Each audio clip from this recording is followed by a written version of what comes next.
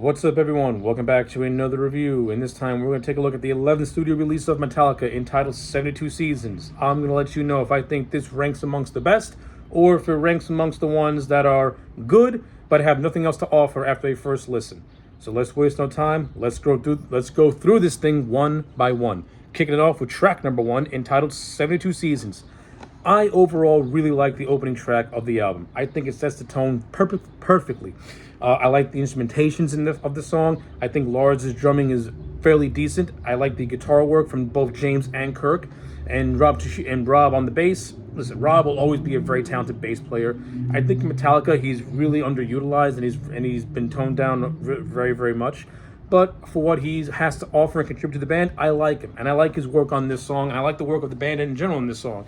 Now, is this opening perfect? No, it doesn't. Lars, as a drummer, can always be hit and miss, and you can see that and you can hear that in the song. But the man is really trying. And to me, his drumming is kind of harking back to the days of Black, where I thought his drumming was actually really good on that album. And to me, you hear a lot of that in 72 Seasons, and you hear a lot of that also throughout the course of the album as you actually go into it. So yeah, I think Lars' drumming on the opening track is actually fairly decent. He and James always play in tempo with one another. That can be both hit and miss. I think in this song, it's actually a hit. It doesn't sound out of place. It actually sounds fairly decent. Now, in terms of James's voice, there are moments in this song where he's belting out those classic melodies, and then there are also points in the song where you can hear the age in his voice, where it kind of starts to drop and it sounds kind of strenuous in a lot of areas, and you can clearly tell that he's in dire need of backing vocals. Like Kirk and James need to really up their game, because James doesn't have that power no more in his voice where he can maintain it for so long. Because you can tell, you can hear it in the voice that it could be strained in a lot of areas, and he needs a backing vocals to help support him. But as an overall construction, I think the song is actually well done. It has a lot of good moments in it. I love the chorus, "Wrath of Man." I think that's where James is singing really hit his mark. And towards the end, Kirk has a decent solo that's nothing all that spectacular. Kind of harkens back to me. It kind of reminds me a little bit of Black and Death Magnetic, in which he was doing decent solos, but nothing really all that fantastic. Actually, I take that back. In Black, Kirk had a lot of great solo work. We'll say his solo work in this is mostly, we'll say, reload to Death Magnetic and Hardwired, in which they're decent but nothing all that memorable, which is a shame because Kirk Hammett is actually a fucking phenomenal guitar player.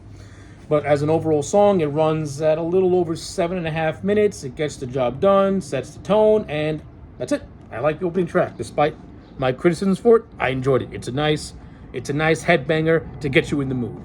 Let's talk about track 2, Shadows Follow. Overall, I actually like Shadows Follow. Upon hearing it now for a second time, I can actually say I enjoyed this song. It reminds me of Kill 'Em All, Ride the Lightning, and Master Puppets. It's got that thrashiness to it at the beginning, and it has a nice, very consistent tone all throughout the song. It never tries to go in 7 different directions. It has a consistent vision. I like the drum work. I think Lars' drum work in this song is actually really well done. Kirk has a really good solo that reminds me of something he would do on Lightning and Puppets towards the end of the song. James Hetfield's voice is on point with this one. So are the bass lines and rhythm guitar playing. This song, to me, is very well constructed. I liked it a lot. I still like 72 Seasons as an opener, but I think Shadows Follow is starting to edge it out a little bit now that I actually think about it. It has more of a consistency to it. It has more of a straightforward tone to it. Like I said, it doesn't try to go in 19 different directions. It stays very constant and very consistent, and I like it, and I liked it for the most part. I think the lyrics are decent. They're nothing all that spectacular, but I enjoyed them.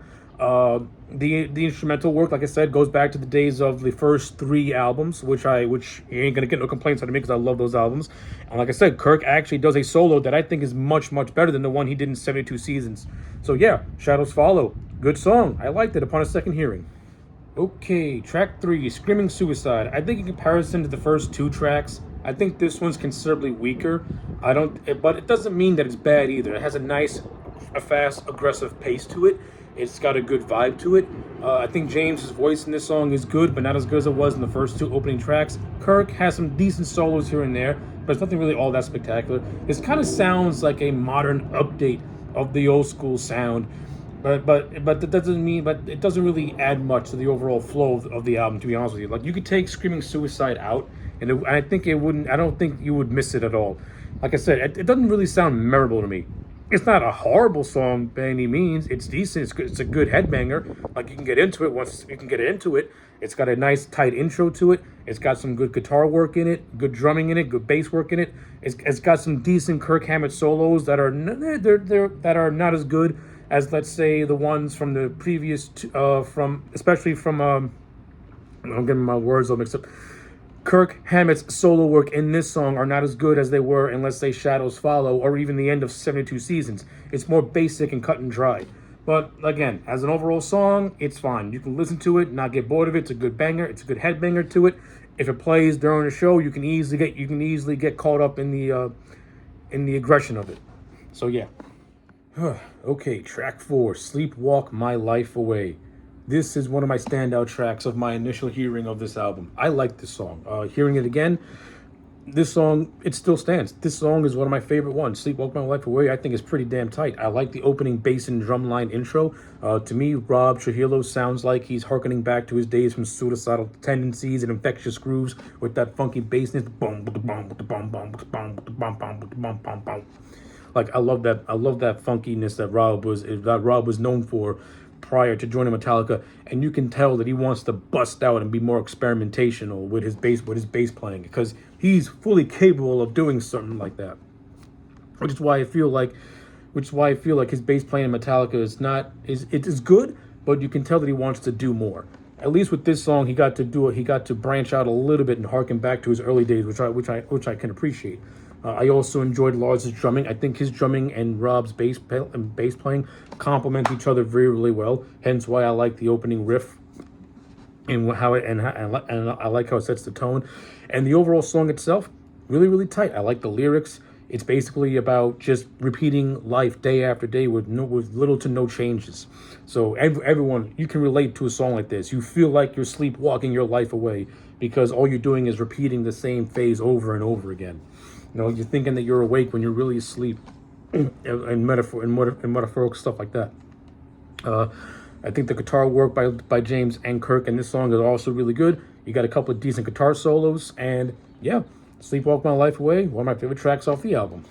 Okay, track 5, You Must Burn. I ain't gonna lie, don't really care for this song. I think this song goes on for 3 minutes too long. This You Must Burn's a song that could have easily been trimmed down to, let's say, 4 minutes, and I think would have got the job done. Instead, it stretched out to 7 minutes, and you can tell that there's really not that much going on in this song. There's nothing really all that memorable to it. This song is mostly just random lyrics and James shouting "You must burn" over and over again with hardly anything else in between, to be honest with you. In terms of the guitar playing and instrumentations, it's all right. It's good. It's nothing really all that spectacular. It's just the same thing being repeated over and over again with just a very forgettable guitar solos, and that's pretty much it.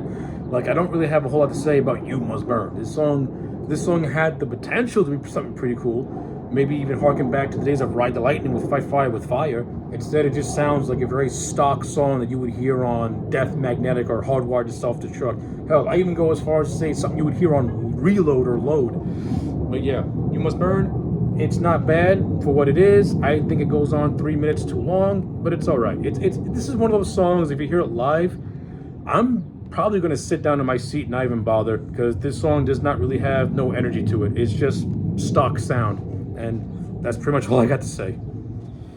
Okay, let's talk about track 6, Lux Eterna. I actually like this song a lot. This was the first single that got released back in November. The instant I heard this song, it immediately sounded to me like their cover of Motorhead's Overkill. This is where Lars' drumming really, really spikes up, and this is where he's playing his heart out. I really enjoyed Lux Eterna. It's 3.5 minutes long, but it's a banger. It gets the job done. It's fast. It's aggressive. It harkens back to the old days of maybe like Kill 'Em All or Ride the Lightning, in terms of the band going back to those aggressive days. And like I said, it's very, very reminiscent of their cover of Overkill's of Motorhead's Overkill. It has that same structure and same speed to it. And I like the vocals in this song. James's vocals in Unlucky Turner are actually on point. His voice sounds really, really good. He's carrying himself well. Kirk, I believe this is the song where Kirk was being criticized for his solo work. And listen, is it great? No. Is it horrible? Absolutely not. Kirk has done worse solos than what this song has to offer. I think it's fine for the overall tone of the album itself. So get off the man's back, please. Just get off his back. He's 62 years old. He ain't gonna play the same way he played back when he was 22 years old. Believe it or not, not every guitar player can still be playing great shit up into their 70s. Some can and some can't. It all depends on who that person is. I think Kirk to me has gotten so used to playing one particular style from being in Metallica for so long is that's all his mind has been trained to know. So that's why his solo work isn't as groundbreaking as, let's say, it was from Kill 'Em All to Justice or even Black. Now, again, that doesn't take away from him as a musician. He's still really, really damn good. And this is still a decent solo that fits the current version of Kirk Hammett and the current version of Metallica in general. So yeah, I overall enjoy Lux Eterna. No complaints. Very little complaints for the most part. Okay, let's talk about track 7, Crown of Barbed Wire. All right, I'm going to sit right off the bat. I thought this song was pretty decent. It was okay. It kind of harkened back to like something you would hear on Ride the Lightning or Master of Puppets, but with a more modern feel to it. But unlike those albums where a song like this would have been tempoed way up, this one felt more sluggish. It felt more methodical. Kind of tell you the truth, it kind of had a sense of being similar to something like Devil's Dance from Reload. But while Devil's Dance is a kick-ass song, I don't really think Crown of Barbed Wire is a kick-ass song. I think the song was good, but I don't think it was really all that great. It kind of felt like the band was going through the motions. Like they weren't giving it their all in this particular song. The soloing wasn't all that great. The drum work was very stock and very basic. Lars wasn't really doing anything all that interest. James's vocals, he just sounded like he was just trying to get through the song without having to put too much strain on his voice. Crown of Barbed Wire, it had a good metal feel to it, but to me it just felt like a song that was just there as a placeholder. Doesn't leave much of an impression, is what I'm trying to get at when all is said and done. But it's an overall decent song. All right, let's talk about track 8, Chasing Light. I actually like this song much better upon a second hearing. I thought the song is actually pretty good. I think it's better than Crown of Barbed Wire. I think this song has got more energy to it. It's got more of a fist pump. It's got more of like a thrashy, thrashy, groovy vibe to it. I think the band is really on point with this one. I mean, in terms of like breaking it down, there's nothing really all that spectacular about Chasing Light. Like there's no solos that are gonna stick out like a sore thumb. James's vocals are pretty decent throughout this whole thing. But what I like about this song is that it just has an old school vibe to it. You know what I'm saying? Like if you put Chasing Light on something like Kill 'Em All, Ride the Lightning, or Master of Puppets, I don't think it's gonna stand out. I don't think it's gonna stand out like a sore thumb. I think it's gonna blend right in and fit right in very kind of nicely. Of course, you gotta tweak the song to fit the tone of those albums, but it has that structure that, to me, it can fit comfortably within those first 3 albums, and you wouldn't really pay much mind to it. So yeah, I think Chasing Light, even though I don't think it's spectacular and I don't think it's the best song on the whole album, it's definitely it's definitely a good tune to bang your head to. So yeah, Chasing Light, not a bad song. Track number 9, If Darkness Had a Song. I ain't gonna lie, I kind of dig this one. This one instantly brought me back to And Justice for All. To me, it felt like a hybrid of Eye of the Beholder and The Frayed Aids of Sanity. It had that same vibe and same rhythm of both those two songs combined. Now, does this song have the technicality and artistry of those two songs? No, it does not. But do you see the heavy influence with that? Absolutely. Like, this is the band going back to those Justice days with this song, and I kind of dig it. I kind of like it. I could actually picture this song being on And Justice for All. Of course, you tweak it to fit the tone of that album, and then think this song would slot in very, very well. Hell, I'll take this one over Dyer's Eve. I don't hate the song Dyer's Eve, but I'm also not too thrilled about it either. I think this song could have made a nice replacement for Dyer's Eve back in the day. But just the song as a whole, I like it. I like the justice influence of this song. I like the lyricism of it. I like the instrumentations of this song are all rock solid. So far for the second half, so far for the second half of the album, this is the song that stood out to me. Pretty much after Lux Eterna, the last two songs that came after Lux Eterna, I wasn't too crazy about. Even though I did like Chasing Light, I didn't find it to be all that. I didn't really find it to be all that great. But this song, I like it. So far for the second half, and If Darkness Had a Sun is a standout to me because it goes back to an album that I really, really like. So yeah, If Darkness Had a Song, If Darkness Had a Sun, that's good in my book.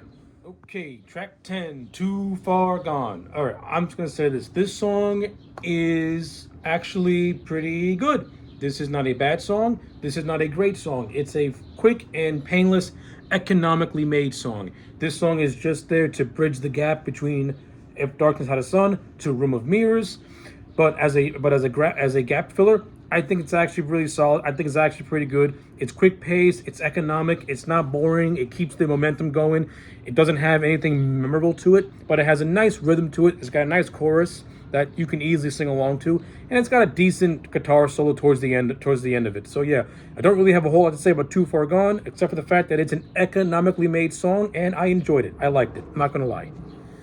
All right, track 11, Room of Mirrors. I ain't gonna lie, I enjoyed this song. I don't like it as much as, let's say, If Darkness Had a Sun or Too Far Gone, but I liked it. I thought Room of Mirrors was actually pretty good.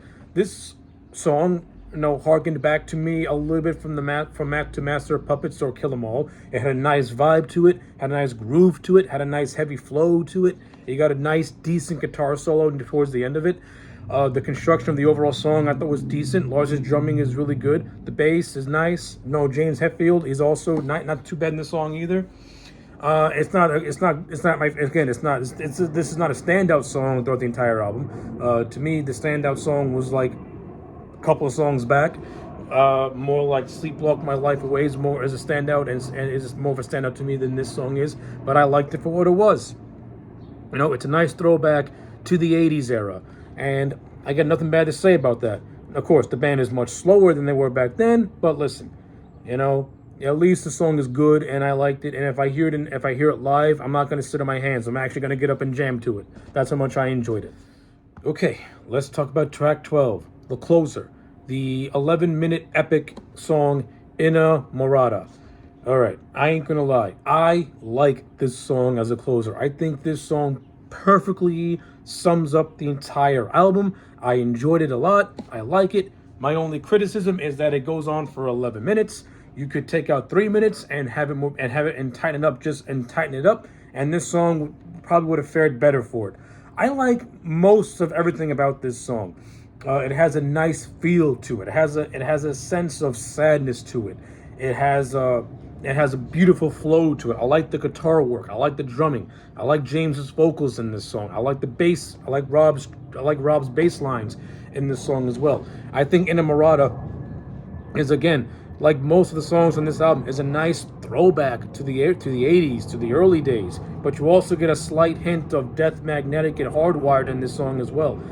To me, this song perfectly encapsulates what modern day Metallica could sound like if they applied themselves more, instead of having songs on every album pretty much from Saint Anger on being very lopsided, where some is good, some is not so good. Like, if you would have the same construction of songs like you have this one, then I think Metallica would be favored a little better. Instead, they try to dip their toes into too many different things, and they try to experiment, and they try to have songs sound like this and sound like that, and there's not much of a consistent tone. I can say this, that the majority of 72 Seasons is a very consistent tone, and it also shows with the closer, which I think is an epic song. I like it a lot. I think it's really, really good. And it's a perfect way to sum up this entire album. So with all that being said, I'm going to give 72 Seasons as a whole a 7.5 out of 10. I like this album. I like it on the same par as Death Magnetic and Hardwired to Self-Destruct. This is a good 40-year anniversary album for the band as a whole. and it shows. Like, they took a lot of it. Pretty much, this album could be known as more or less like a greatest hits, like taking what worked in the '80s and trying to apply it into a modern context. You got some songs here that can easily fit in to Kill 'Em All or Lightning or Puppets or Justice, and you have songs that can like dip their toes into black a little bit, and you definitely have songs that are in the same vein of what Death Magnetic and Hardwired had established with the new sound, with their current sound, with their sound currently.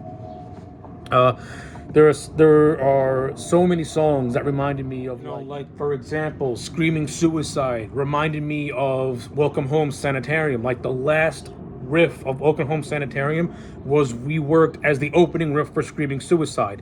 If you hear the ending of Sanitarium and then hear the beginning of Screaming Suicide, you'll know what I mean. Just pay attention to the guitar and the drumming.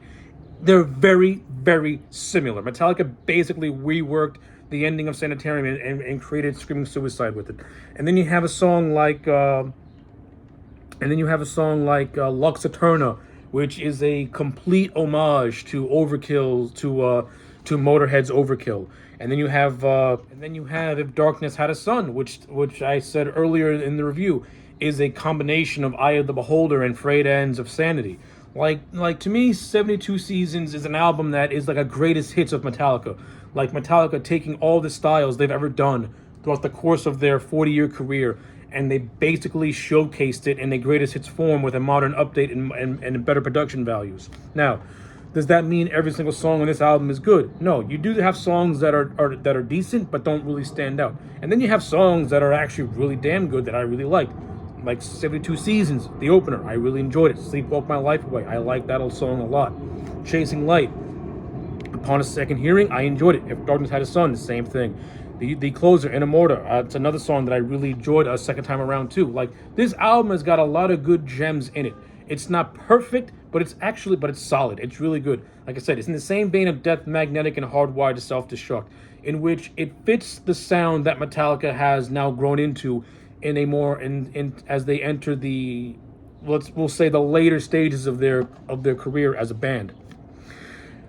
So yeah, all that being said, as again, 7.5 out of 10 for 72 Seasons. Let me know your thoughts in the comment sections down below. Like the video and subscribe, and I'll check you back next time for more.